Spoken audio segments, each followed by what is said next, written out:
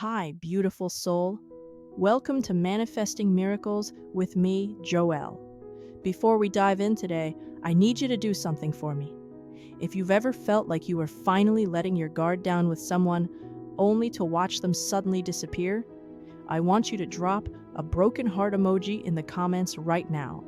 Because what we're about to talk about today, it's the story that binds us together as women who've dared to love. Today, we're unpacking the question that's probably kept you up at 2 a.m., staring at your phone, replaying every conversation. Why do men pull away just when things start getting good? Not when things are bad, not when you've had a fight, but right when you're finally feeling safe, right when you think, okay, maybe this is it. That's when he goes cold.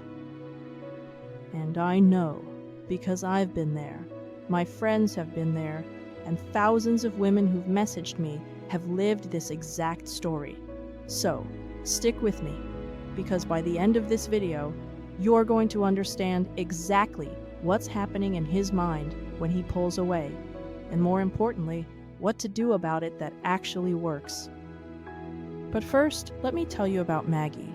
Maggie wasn't someone who fell in love with men easily. After years of dating guys who didn't see her, didn't really listen to her, she'd built walls, strong ones, and honestly, she was fine with them. She had her art, her friends, her life. She wasn't sitting around waiting for someone to complete her. But then, she met Rick. Their first date wasn't just good, it was magnetic. Rick opened doors, but not in that performative way some guys do. It felt natural. Like he genuinely wanted to make her feel special. He asked questions about her paintings, real questions, not just, "That's cool, what else do you do?" He remembered she took her coffee with oat milk and a little cinnamon. He brought up her favorite book 3 days later in a text, just to share a quote he'd found. He listened when she talked about her mom. He noticed when she laughed nervously and told her it was cute. And Maggie, careful guarded Maggie, felt something shift in her chest. By their third date, she found herself thinking about him when she painted, smiling at her phone when his name popped up. She let herself imagine a future, maybe even whispered to her best friend, "I think this one's different." And that's when everything changed. The good morning texts that used to light up her phone at 7 a.m., they slowed to a trickle. The long, late-night conversations where they talked about everything and nothing, they turned into one-word replies. "Hey, how was your day?" "Good." That's it. Just good. Suddenly, she was the one initiating. She was the one trying to keep the spark alive. And Rick? He seemed to be slipping through her fingers like sand. Sound familiar? Yeah, I thought so. Here's what makes this situation so confusing, so absolutely maddening. He didn't pull away because things were going badly. He pulled away because they were going well. That's the part that breaks our brains, right? We understand distance after a fight. We get it if there's a fundamental incompatibility. But when everything is flowing, when you're both laughing and connecting and building something real, why would he run from that? Let me tell you something that might actually make you feel better. Not every man does this, but enough of them do that it's become one of the most common patterns I see as a dating and relationship coach. In fact, I'd say about 60 to 70% of the women I work with have experienced some version of this story. Guys come on strong, and I mean strong. Romeo-level poetry, consistent effort, genuine interest. They pursue you like you're the only woman in the world. And then, once they've won your heart, once you finally said yes to the possibility of them, suddenly it's game over.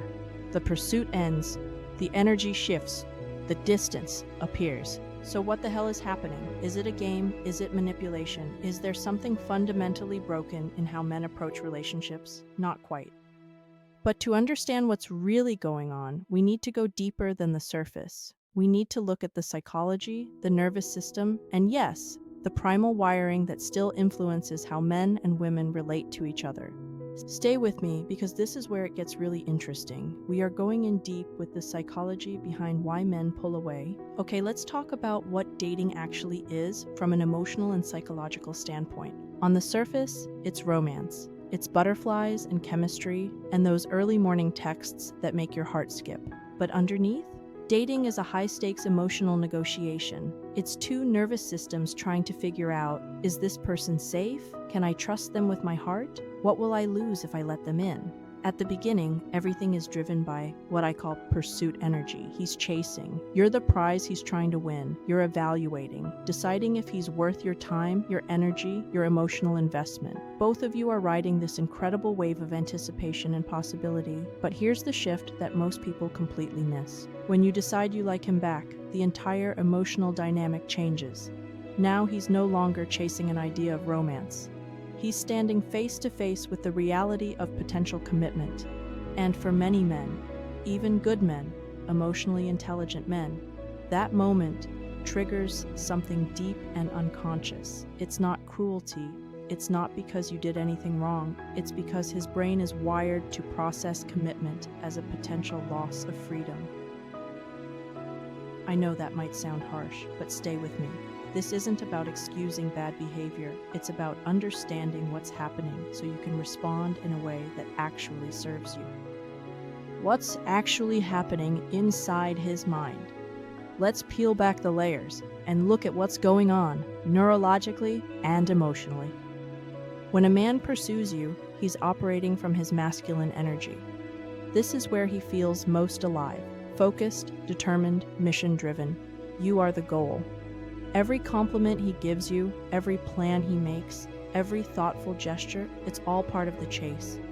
And that chase, it floods his brain with dopamine, adrenaline, all the feel-good chemicals that make him feel powerful and purposeful. But here's what happens when you start reciprocating his feelings. The chase ends, and that adrenaline high, it drops. Now, instead of pursuing a fantasy, he has to confront a much deeper, scarier question. Do I actually want a relationship with this woman? And here's the thing, he probably does want a relationship with you. Otherwise, he wouldn't have put in all that effort. But wanting love and feeling emotionally safe enough to receive it, those are two completely different things. Just like many women carry wounds around abandonment, rejection, or not being enough. Many men carry unhealed fears around losing their autonomy, disappointing their partner, or being trapped in something that will drain their identity. Think about it from his perspective for a second. For weeks, maybe months, he's been in control. He's been the one steering the ship, making the moves, setting the pace. But now you have feelings too. Now you have expectations. Now there's someone else's emotional world he's responsible for. And if he's carrying any unresolved fears about relationships, maybe his parents had a toxic marriage, maybe his last girlfriend made him feel suffocated, maybe he watched his dad lose himself in partnership. His nervous system goes into threat mode, not because you're a threat, but because intimacy itself feels threatening to his sense of self. So when the connection gets real, when it moves from flirtation into this could actually matter territory, his body reacts. He pulls back, not necessarily to hurt you, but to regain a sense of emotional control. He's thinking, wait, what if I mess this up? What if I'm not enough for her long term? What if I lose myself in this relationship? It's not logical, it's emotional survival. And when you understand that, everything changes. What not to do when he pulls away? Okay, so he's pulling back. The texts are slowing down. The energy has shifted. What do most women do in this moment? We make one of two very human, very understandable mistakes. And both of them push him further away. Let me break them down. Mistake 1, assuming it's about you. This is the most common response. You immediately turn inward and start replaying every single interaction like it's a crime scene investigation. Did I text him too much? Was I too available? Did I say something weird on our last date? Did I misread the entire connection? You convince yourself that you did something wrong, that you're too much or not enough, or somehow fundamentally flawed. But here's the truth. His distance has very little to do with you. In fact, he was drawn to you in the first place because you were radiant, confident, and self-assured. That's who he fell for. But when you start spiraling into insecurity, when you start questioning your worth, when you begin performing and trying to fix whatever you think you broke, he feels that shift energetically. And ironically, it confirms his unconscious fear that getting close to someone means losing emotional balance. He starts to feel your anxiety, your need for reassurance, and instead of pulling him closer, it pushes him further away. Mistake 2, trying to close the gap too fast. The second mistake is the opposite, but comes from the same place: fear. You want to fix the distance, so you do more. You text more. You initiate more. You make plans. You show up harder.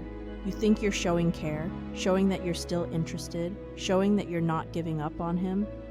But to him, it feels like pressure. Even if your intention is pure love, his nervous system doesn't register it that way. Since he pulled back specifically to regain a sense of control and space, your increased pursuit makes him retreat even further. It's like trying to hold water in your fist. The tighter you squeeze, the more it slips through your fingers. I know this is painful to hear, because when someone we care about pulls away, every instinct in our body screams, "Don't let them go, hold on tighter." But that instinct, while coming from love, is actually the thing that seals the distance. So what do you do instead? All right, here's where we shift from diagnosis to solution. And I'm going to tell you something that might feel impossible in the moment, but is absolutely essential. Don't change. Be the woman he fell for. Think back to the beginning of your connection. What was your energy like? You were open but not needy, confident but not closed off, playful, present, and completely in your own lane. You weren't trying to control the outcome. You weren't obsessing over when he'd text back. You were just you, grounded, radiant, magnetic. That's the woman he was drawn to. So when he starts to pull back, your best move, your most powerful move, is to return to that energy, not as a strategy, not as a manipulation, but as a return to your truth. Here's how. 1. Breathe and ground yourself. Before you respond to his distance with any action, pause, take 3 deep breaths, feel your feet on the ground. Remind yourself, his behavior is not a reflection of my worth. This isn't about suppressing your feelings, it's about not making permanent decisions based on temporary emotions. 2. Refocus on your joy. This is critical. When he pulls away, your instinct is to make him the center of your emotional world. But that's exactly when you need to do the opposite. Go back to what lights you up. Call your best friend, take that painting class, go dancing. Book the trip. Write in your journal. Not to make him jealous, not to show him what he's missing, but because your joy is magnetic. When you reconnect with your own fullness, you naturally radiate the energy that attracted him in the first place. 3. Stay open, but not chasing. Here's the nuance that changes everything. You can stay emotionally available without pursuing. You can keep the door open without forcing him through it. The energy you want to embody is, I'm here if you want to connect, but I'm not waiting around for you to decide. Because when you stay anchored in your feminine calm, when you're not panicking, not grasping, not collapsing into insecurity, you signal something incredibly powerful to his subconscious. You are safe with me. You don't need to run. And that, beautiful soul, is how you draw him back. Not through force, but through frequency. Let me paint you 2 different scenarios so you can see exactly what I mean. Scenario A, the reactive response. Rick cancels plans last minute, again. Maggie immediately texts back, "Wow, seriously? This is the 2nd time this week. I guess I know where I stand with you." Rick reads that text and his entire body tenses. He feels accused, defensive, guilty, yes, but also annoyed. He's thinking, this is exactly why I needed space. She's already making demands. And what does he do? He pulls back even further. Scenario B, the calm mirror response. Rick cancels plans last minute. Maggie feels the sting. She's disappointed, maybe even hurt. But instead of reacting immediately, she takes a breath. She waits an hour, goes for a walk, processes her feelings. Then she texts, "Hey, no worries. Hope everything's okay on your end. I'll be around later this week if you want to catch up." Look at what just happened. She acknowledged his cancellation without punishing him for it. She showed empathy instead of accusation. She demonstrated emotional regulation instead of spiraling. And most importantly, she kept the door open while maintaining her dignity. Rick reads that text, and something in him softens. He's thinking, wow, she's not freaking out. She's not making this about her. I can actually breathe around her. And that feeling, that's what draws him back. Because you just showed him that you're not going to collapse when he needs space. You showed him that you're secure, confident, and grounded. And men are magnetically drawn to women who embody emotional security. Here's something that will serve you in dating and in life. Always assume the best until proven otherwise. Rick pursued Maggie for weeks. He took risks. He showed up. He was vulnerable. So assume that version of him still exists. Assume that his distance isn't rejection. It's recalibration. Give him a little room to figure out his feelings while gently keeping the emotional door open. After a few days of calm space, you might send something like, "Hey, haven't heard from you much lately. Just wanted to check in and see how you're doing." That's it. Simple, kind, non-demanding. Then step back. No follow-up texts. No, "Did you get my message?" No over-explaining your feelings.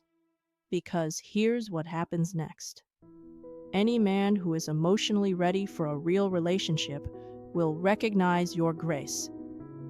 He'll feel the space you've created, not as distance, but as safety. And he'll come back when he realizes you're not demanding his attention. You're inviting his presence. And any man who doesn't come back, he just saved you time. Okay, I'm about to share something that might challenge what you've been taught about relationships. Are you ready? Men would rather feel respected than loved. Now, before you throw your phone, let me explain. This doesn't mean men don't want love. They absolutely do. But biologically, psychologically, and emotionally, respect hits a man's nervous system the same way affection and tenderness hit yours. For women, love often feels like not being seen, being held, being cherished, being chosen again and again. For men, love often feels like being respected, being trusted, being appreciated, being valued for what they bring. He equates respect with safety. When a man feels respected by you, his heart opens. He feels seen, valued, like he matters in your world. When he feels disrespected, even unintentionally, he closes off. He withdraws. He becomes cold. He checks out. This is why so many relationships that start with explosive passion suddenly lose their spark.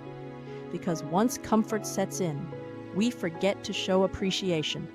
We stop saying thank you for the little things. We stop acknowledging his efforts. We might even start criticizing him, correcting him, or treating him like he's another item on our to-do list. And slowly, without even realizing it, he starts to feel less like your partner and more like your project. That's when he pulls away. Not because he doesn't love you, but because he doesn't feel respected by you anymore. Now let's talk about something that might sound old-fashioned, but is deeply rooted in psychology. It's called the hero instinct. And understanding this one concept can completely transform your relationships. The hero instinct isn't about ego. It's not about making a man feel superior or inflating his pride. It's about purpose. Every man, whether he's a CEO or an artist, whether he's 25 or 55, has an innate biological desire to feel needed and appreciated by the woman he loves. He wants to contribute something meaningful to your life. He wants to protect, provide, or solve a problem that makes him feel like your hero. Not in a damsel in distress way, but in a my presence makes her life better way. When he gets that feeling, when he feels like he has a meaningful role in your world, he bonds deeply. His nervous system relaxes. His heart opens. He invests more. When he doesn't get that feeling, when he feels like you don't need him, or like nothing he does really matters to you, he unconsciously detaches. It's not that he stops loving you, it's that he loses his emotional anchor. He starts to wonder, what's my role here? Why does she even need me? And when a man doesn't know his purpose in your life, he drifts. Okay, so how do you trigger his hero instinct in a way that feels authentic? You don't have to pretend you're incapable or play small. In fact, he already knows you're strong and competent. That's part of why he was attracted to you. The key is to create small, genuine moments where he can show up for you. Example 1. Ask for his opinion. Hey, I'm trying to decide between these two job offers. You always have a good way of seeing both sides. Can I get your take on it? What you just did, you showed him that you value his perspective, that his insight matters to you. Example 2. Let him solve a small problem. The Bluetooth in my car is acting weird and I can't figure it out. You're way better with tech than me. Can you take a look? What you just did, you gave him an opportunity to contribute in a tangible way. Example 3. Express genuine appreciation. I just want to say thank you for helping me move those boxes last week. I know it was a pain, but it meant a lot to me that you showed up. What you just did, you acknowledged his effort and made him feel valued. These sound tiny, right? But to a man, they communicate something profound. I trust you.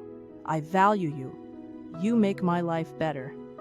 And that feeling, it's magnetic.